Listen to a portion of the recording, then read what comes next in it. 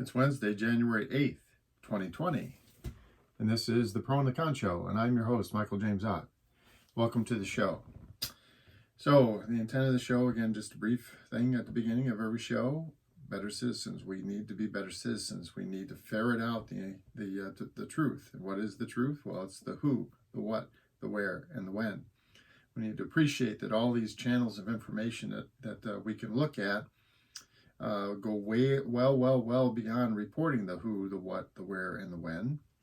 And it ends up being a lot of opinion and prognostication and bias. So seek out the truth, which is just the facts, and then form your own opinion about what those facts mean. Now, in the recent news, we've had this issue where Mr. Trump, a couple of days ago, decided that he was going to kill a military commander from the state of Iran, this Soleimani guy. He was Major General Soleimani, and based on multiple information sources that I've looked at, it looks like it's a pretty like a consensus view that he commanded some forces and he had influence on them, and it wasn't just in the Middle East, although mostly in the Middle East, certainly outside of Iran, and actually around the world. And it was one of these things where he actually helped in apparently fighting ISIS some, but then he also had his own groups of people that also apparently committed acts of terror. So I'm sure it would take a significant amount of time to find out the truth about this individual. Hopefully someone will research it. There'll be a journalist or something that will take up the mantle of looking into this fellow's life in extreme detail, and then maybe helping us understand the whole of it. But in any case, President Trump decided to use our United States capability, these drones that we have that are able to launch weapons remotely, and they killed him and some of the people that were traveling with him in a two-car parade. The word's not coming to me, but anyway, they were traveling. And so then yesterday, the Iranians, in order to retaliate against this, because we killed an Iranian citizen, a person that was in their government, so they organized and launched some ballistic missiles into Iraq. The U.S., the United States has, many tens of thousands of troops in Iraq still. They're kind of spread out in various bases. And some of these ballistic missiles were fired by Iran and hit some of those bases in various places in Iraq. And so the question is, and the thing is about these kinds of things, only history will tell. Now, it seems fairly clear that this Soleimani person was not the greatest of human beings, and certainly did some things that were not in the best interests of the United States, but also, you end up potentially causing a war here by launching this and then having them retaliate. So you escalate the tensions between the countries, and at least at the moment, it's unclear that was warranted. But again, time will tell. The main reason why I want to talk about Iran, and I actually entitled this episode Iran, is because Iran is a significant country in the Middle East and has been for centuries and will be going forward. And there's two important things to understand is that Iran is a fairly significant country. They have quite a large geographic area, and they have significant oil and gas reserves that they use to help support their economy.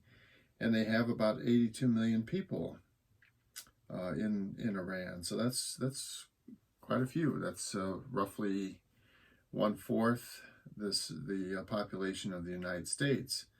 Now, the other key thing is that Iran is a religious state. So it is a state run by a supreme leader, and this is he is a member of Islam. So one of the leaders of that religion, actually. And so one of the things about that is that he basically has effectively full control. They call themselves the Republic of Iran, but the reality is they have full control. This one individual has full control, so he's essentially a dictator. So he makes all final decisions on the economy, the environment, foreign policy, education, anything planned on a national level. Let's see here. He's the commander-in-chief of the armed forces. He controls military intelligence and security operations and has the sole power to declare war or peace. The various heads of the other parts of the government are nominated and controlled by the supreme leader. And yeah, they have fairly strict Islam is a religion that has pretty strict rules for those members of that religion, and in Iran these strict rules are applied by the religious leaders of the country.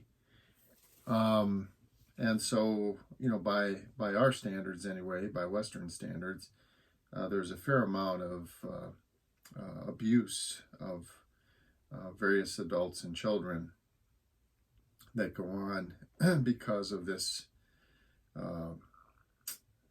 fervent support of a religious government. Now, the other main reason why I want to bring this up is that here in this country, periodically there are groups of, sometimes somewhat large groups of, Christian people who believe that our government should be promoting so-called Christian values, and the Ten Commandments, for example, should be part of our law, just like the various tenets of Islam are part of the law in Iran. And what I'm suggesting at this point is that those people that feel that way, wow, you should really take a moment to step back and understand and learn about, be a better citizen, learn about Iran and what it's like to live in Iran in a country where some religious tenets are forced upon everyone. So you basically, in Iran, I think 98% of the people are Islam, and I'm sure many of them don't fully believe in everything that goes on there, but they're unable to have their own opinions because of the might and power of the Islamic religion in that country. And in this country, the people, again, the Christians, then there's various tenets of Christianity or of Islam or Buddhism or whatever that all of us follow. human life is important. You shouldn't kill, you shouldn't steal, you shouldn't lie. A bunch of these things that are part of the Ten Commandments are also in Islam and other religions around the world. It's just normal human socially accepted tenets for how we should behave. And so those tenets, those same tenets, even though they're not actually listed in the Ten Commandments, like formally, they end up in government law and policy, because this is the basic tenets by which we should live as human beings.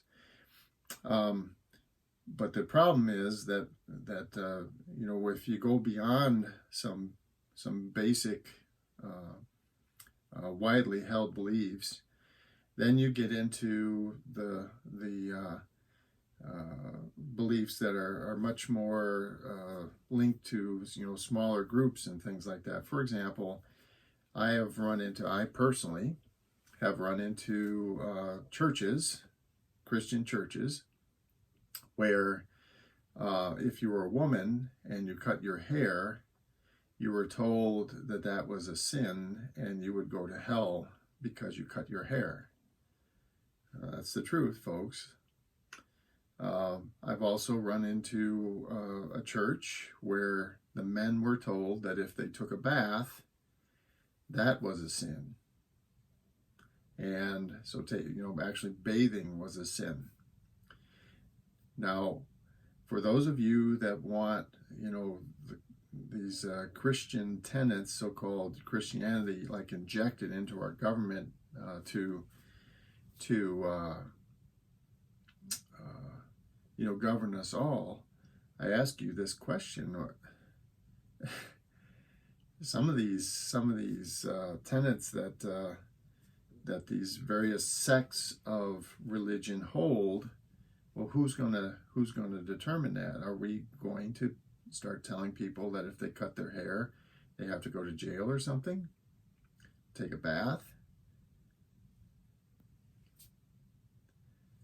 This is why, these, which so many of us look with warmth and appreciation back in the 1700s, when these people that put together our country, the Declaration of Independence and the Constitution and the amendments to the Constitution and so on, we look warmly at them because they had the intelligence and the wisdom to know that we needed to separate government from religion, that people, the basic tenet of the founders, if you will, was that you should, as individuals, be allowed to approach and commune with God as you see fit.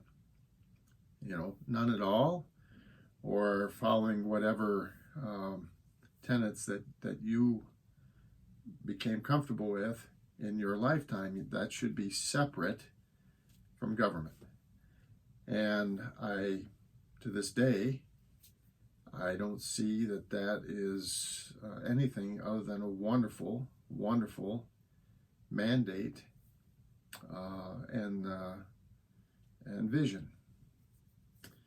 So I encourage you, if you have those thoughts that Christianity should have a much stronger position in our governance of this country, I strongly encourage you to learn more about Iran and see if you still feel the same way after you've done so. For the Pro and Con Show, I'm Michael James Ott. Till the next show, bye for now.